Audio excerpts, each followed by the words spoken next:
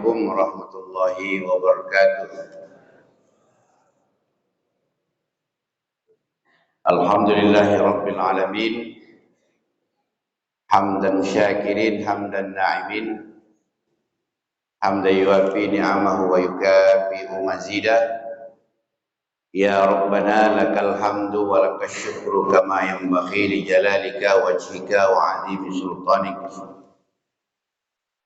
Allahumma salli ala sayyidina Muhammad wa ala alihi wa sahbihi ajma'in. Qala ta'ala fi kitabil karim, a'udzu billahi minasyaitonir rajim, bismillahirrahmanirrahim.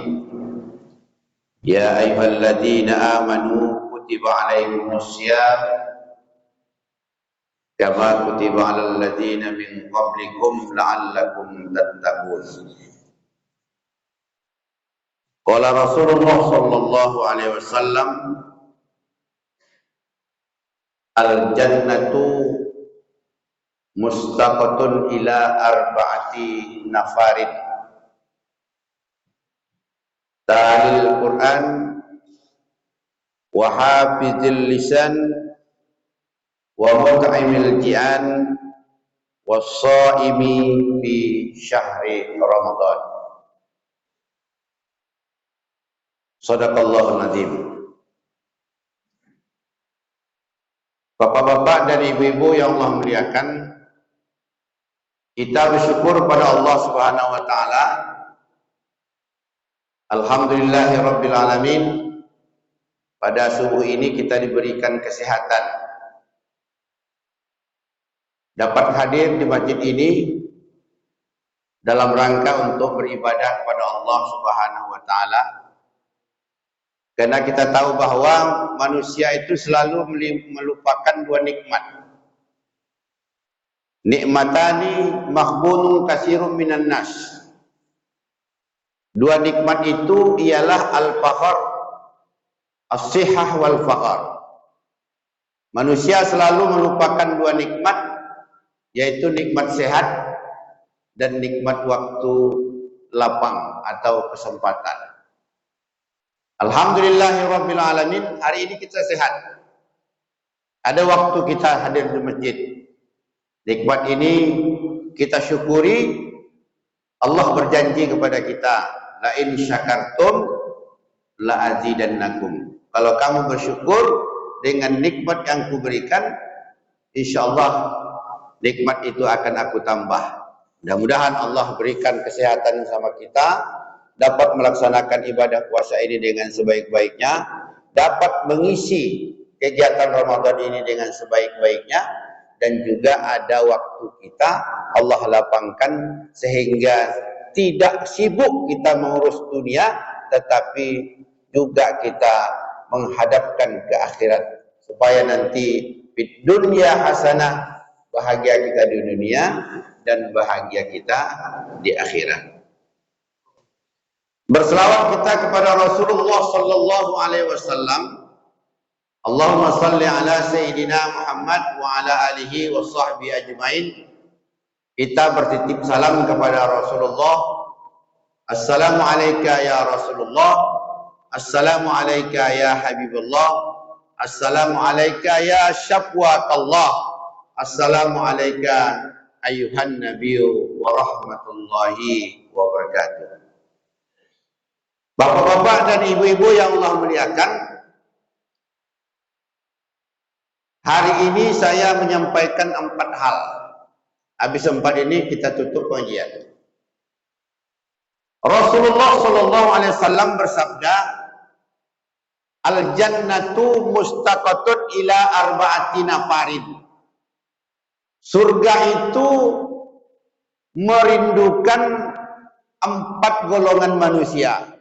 Nah, jadi bukan kita saja yang merindukan surga, tapi surga itu rindu dengan kita. Itu. Ibu, mau masuk surga? Mau sekarang? Belum ya. Jadi yang merindukan surga itu biasanya kita. Akhirnya kita mengajar surga itu. Tapi apabila kita amalkan yang 4 ini, kata Rasulullah sallallahu alaihi wasallam, al jannatu mustaqatun ila arba'ati nafarin, surga itu rindu dengan kita. Wah, kan itu. Apa yang pertama? Yang pertama disampaikan oleh Rasulullah sallallahu alaihi wasallam, orang-orang yang dirindukan surga itu adalah talil Quran, orang yang cinta kepada Al-Quran. Orang yang cinta kepada Al-Quran itu, Quran itu dia baca, Quran itu dia hafal, Quran itu dia ajarkan kepada orang lain. Kemudian kalaupun umpamanya sudah lengkap ini, dan dia cinta kepada orang-orang yang dekat dengan Al-Quran. Nah, inilah kenapa kita selalu membaca Al-Quran. Bapak Ibu yang Allah muliakan, momen Ramadan ini banyak-banyaklah kita membaca Al-Quran. Kenapa Ustadz pada bulan Ramadan orang banyak baca Quran? Satu alasannya yaitu turunnya Al-Quran pada bulan Ramadan. Itu nanti ada nuzul Quran. Nah, nuzul Quran ini biasanya kita ramaikan. Kita undang ustadz penceramah dari luar. Kemudian kita adakan buka puasa bersama. Kita makan-makan. Nanti dikoordinir oleh ibu-ibu majelis taklim. Dan nanti insya Allah kita ramai-ramai di masjid ini. Mulai dari menyantuni anak yatim. Kemudian kita berbuka puasa. Kemudian kita mendengarkan ceramah nuzul Quran. Jadi ini talil Quran, orang yang cinta kepada Al-Quran. Maka dari itu Al-Quran ini pada bulan Ramadan ini kita baca. Itulah kalau istilahnya kita usahakan bagaimana Al-Quran itu di bulan Ramadan ini khatam kita baca. Ke-30 juznya. Jadi ibu-ibu untuk anak-anak juga pada tadi malam itu sudah menghatamkan, menamatkan sudah membaca 1 juz ya, 2 juz ya. Ah, tadi malam sudah 2 juz. Ibu-ibu nanti sampai jam 9 ya Bu ya. Hah? Biasanya sampai jam 9 ya. Jam berapa? Jam 10. Wah, luar biasa sampai jam 10. Nah, jangan pula nanti umpama kita bukan pacu-pacuan, tidak. Jangan pula kalah juga dengan anak-anak yang tadi malam ya. Mereka itu sampai jam 12 ya. Sampai jam 11 sudah kita matikan mic, sampai mereka itu terus lanjut sampai subuh pun boleh. Nah, tapi kita sepakati dengan pengurus jam 11 malam itu mic itu sudah kita matikan. Mereka ngaji silakan, tapi tidak pakai mic lagi. Inilah kita membaca Al-Quran, kita rutinkan. Sehingga dalam hadis Rasulullah sallallahu alaihi wasallam, khairukum man ta'allamal Qur'ana wa 'allamahu. Sebaik-baik kamu adalah orang yang belajar Al-Quran dan ia ajarkan kepada orang lain. Jadi sudah sebaik-baik kamu, sebaik-baik manusia, dia belajar Al-Quran, kemudian dia ajarkan kepada orang lain. Itulah dulu kalau kita sama ibu kita, sama guru kita diajarkan Al-Quran mulai mengeja. Alif, ba, kan itu ya. Nah, apa lagi? Ta, sa, apa lagi? Jim ya. Ha, kho. Nah, sampai wassalamu. Nah, kan gitu. Baru kita eja. Alif di atas an, alif di bawah in, alif di depan un, an, in, un. Ada baru 2. Alif 2 di atas an. Kan gitu. Dieja dia. Dulu dieja Al-Quran itu. Belajar Al-Quran pada zaman dulu itu dimulai dari juz 30. Kalau saya dulu gitu. Nah, baru berdua di atas ban, berdua di bawah bin, berdua di depan bun, ban bin bun. Diganti orang Bengkinang pas buka puasa apa tadi? Apa namanya? Pas beli mau berdua-dua di atas ban. Pas beli mau semalam.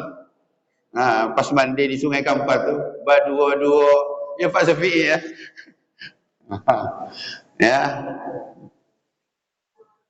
Inilah kita membaca Al-Quran.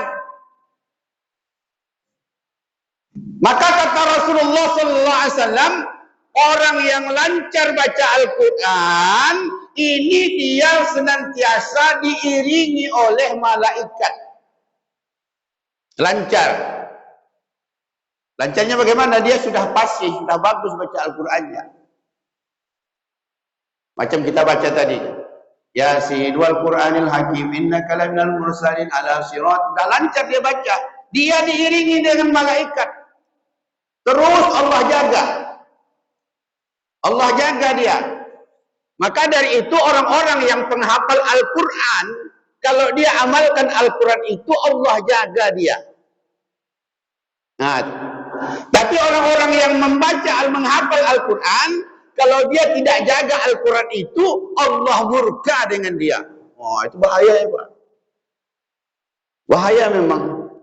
Maka dari itu, kalau anak kita menghafal Al-Quran, kita ingatkan bagaimana dia terus murojaah, mengulang-ulang. Dan orang-orang yang membaca Al-Quran tapi belum bisa, dengan terbata-bata, dia mendapat dua kebaikan. Pertama, dia mendapatkan belajar Al-Quran. Yang kedua, terus dia mendapatkan pahala-pahala Al-Quran. Terbata-bata. Umpamanya dia baca Zalikal kitabu roiba gitu ya. Kan ada terbata-bata kan. Dia mendapatkan dua kebaikan. Maka dari itu Bapak Ibu yang Allah muliakan, inilah kita tenang terus membaca Al-Quran. Inilah di bulan Ramadan ini kita usahakan. Kalau bisa one day one juz, satu hari satu juz. Kita usahakan. Ustaz memudahkan bagaimana? Supaya nanti kita tidak duduk terlalu lama. Kalau kita sudah lancar baca Al-Quran itu, biasanya satu juz itu kita baca paling lama 1 jam. Udah dapat tuh 10 lembar. 1 jam udah dapat 10 lembar itu. Kalau dia lancar lagi tak sampai. Apalagi dia sudah pernah rajin baca Quran itu, paling lama satu juz itu hanya 1,5 jam. Tapi kita jangan umpamanya terlalu fokus dengan 1 juz sekali duduk. Kita bagi saja. Al-Quran itu 10 lembar.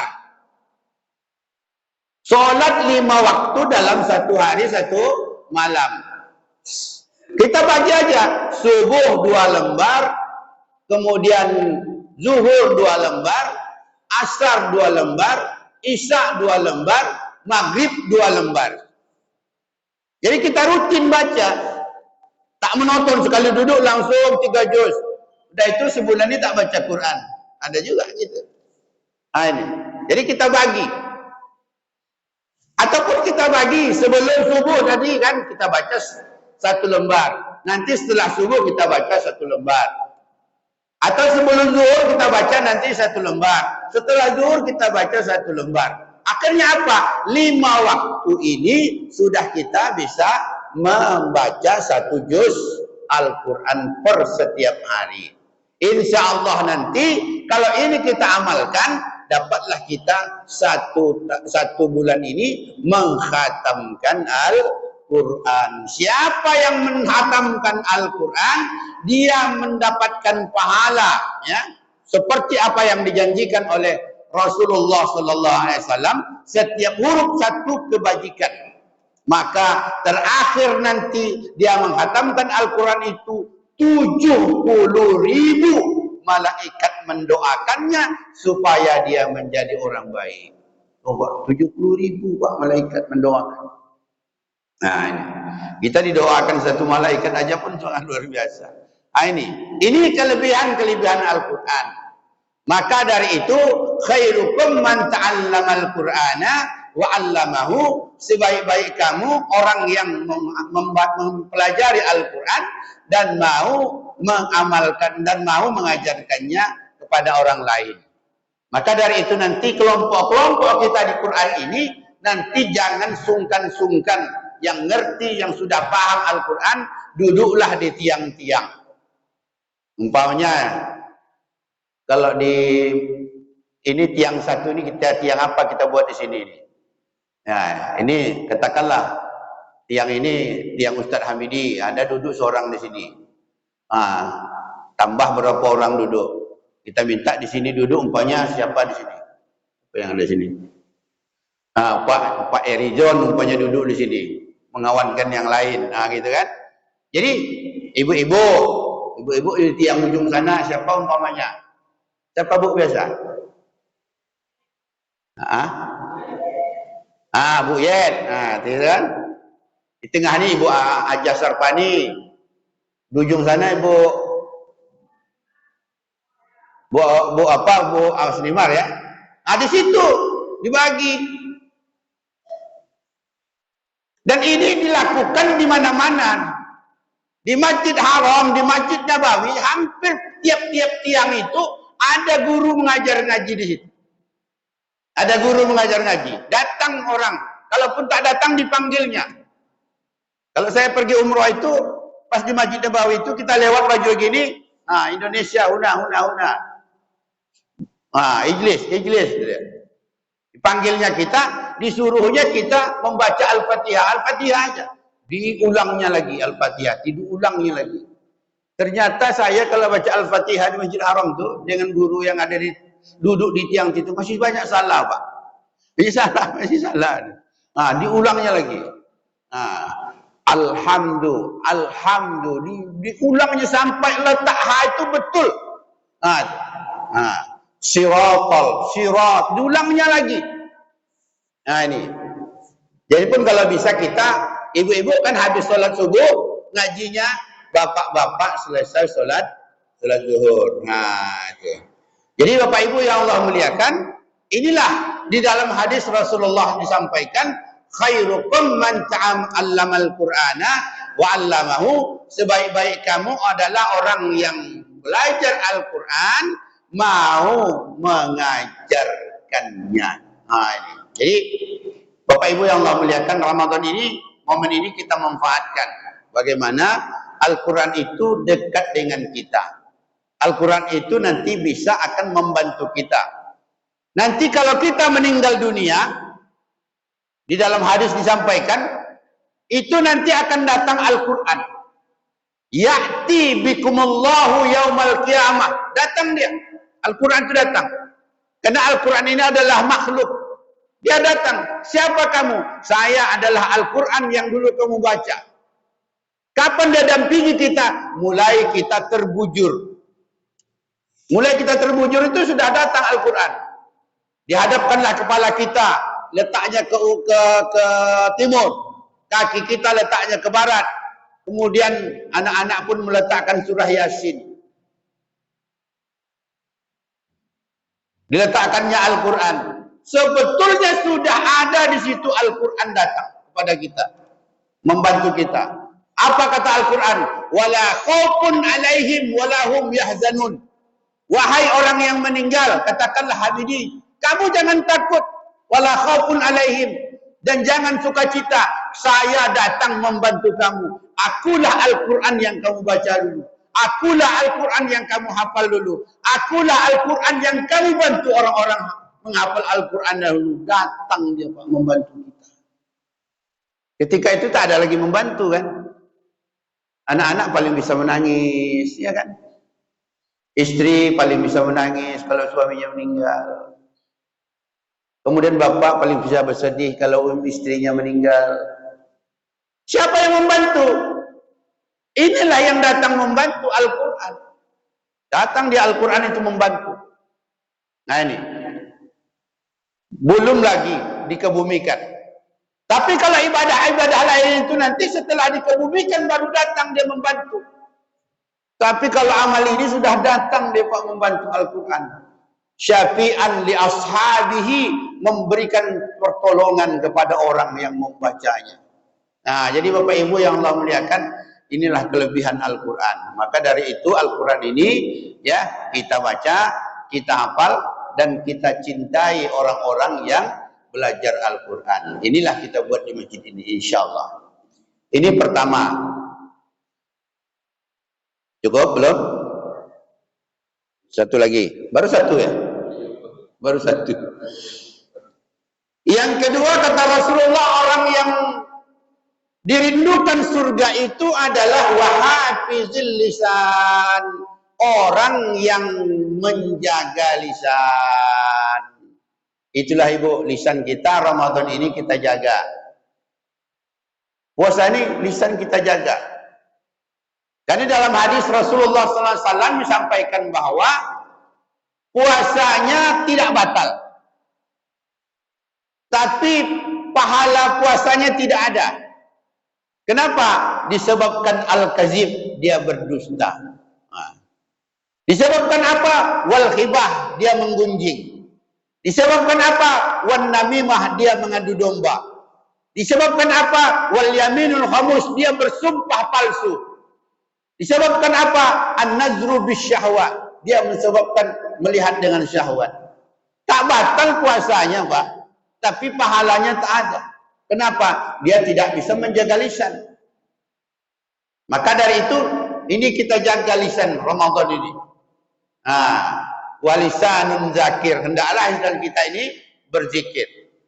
Jadi Pak Ibu yang Allah muliakan, kalau sudah terjaga lisan kita dari menggunjing, dari adu domba, dari fitnah, dari menggibah, dari berbohong, maka insya Allah puasa kita nanti akan sempurna. Kalau tidak percuma, sia-sia puasa kita.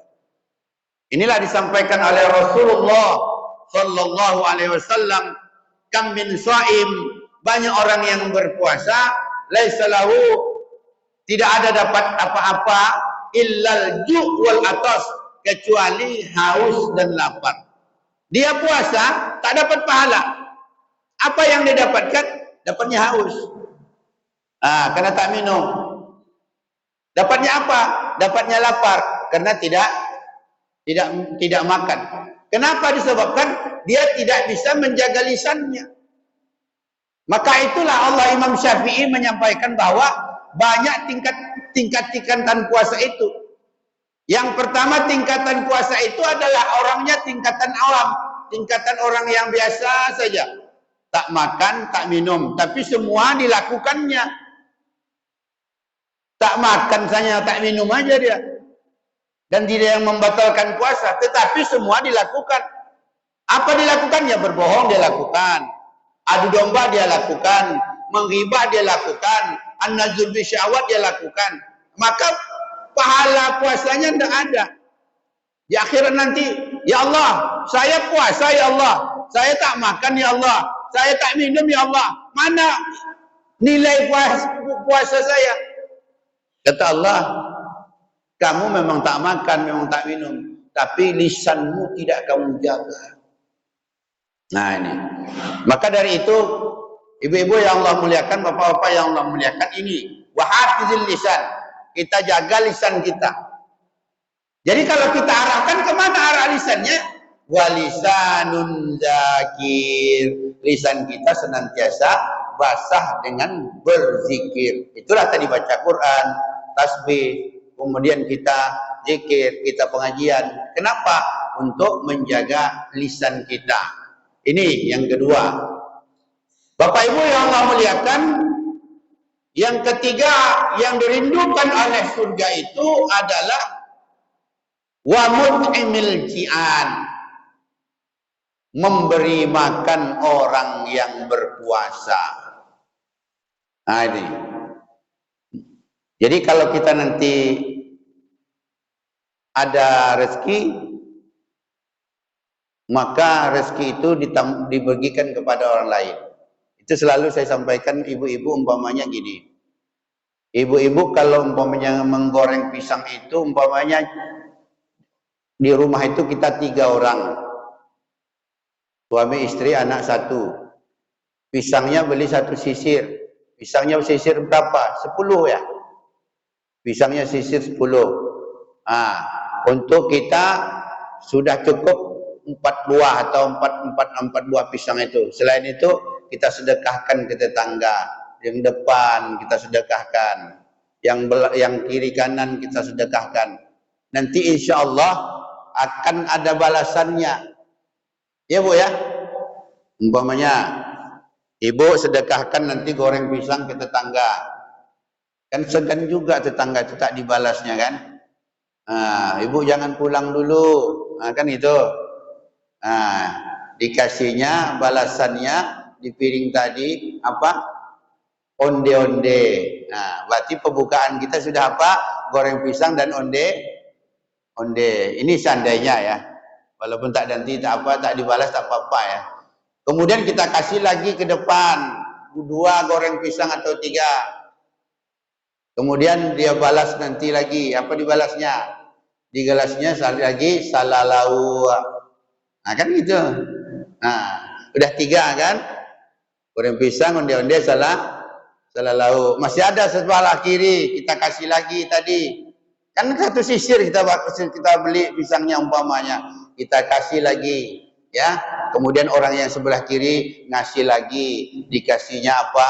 Dikasihnya lagi umpamanya kue lagi, lepat pisang. Kan cukup banyak kan? Ini sederhana kajinya. Maka dari itu kita mendapatkan pahala seperti pahala orang yang berpuasa. Orang yang berpuasa itu tidak sedikit pun kurang pahalanya. Berarti kan banyak itu. Maka dari itu nanti kalau bulan Ramadan ini besok nanti sore sambil jalan ke pasar atau umpamanya bapak-bapak, sambil dibeli bukaan, singgahkan ke masjid ini walaupun beberapa buah. Inilah yang dikatakan Mahmud Imul Jian, memberi makan orang yang berpuasa, memberi makan orang yang lapar. Termasuk yang apa yang Bapak Ibu berikan, yang kemarin yang sudah dijadwalkan, yang dijadwalkan itu. Bersyukurlah Bapak yang dapat jadwal dari ibu-ibu. Itu. Nanti Ibu sampaikan kepada Bapak, kita dapat malam ke-10 Bang. Ya. Kalau bisa jangan cukup ini saja, kita tambahkan. Kan gitu. Semangat kita mau mengasihkannya. Bapak Ibu yang Allah muliakan, yang terakhir, surga itu yang merindukan kita.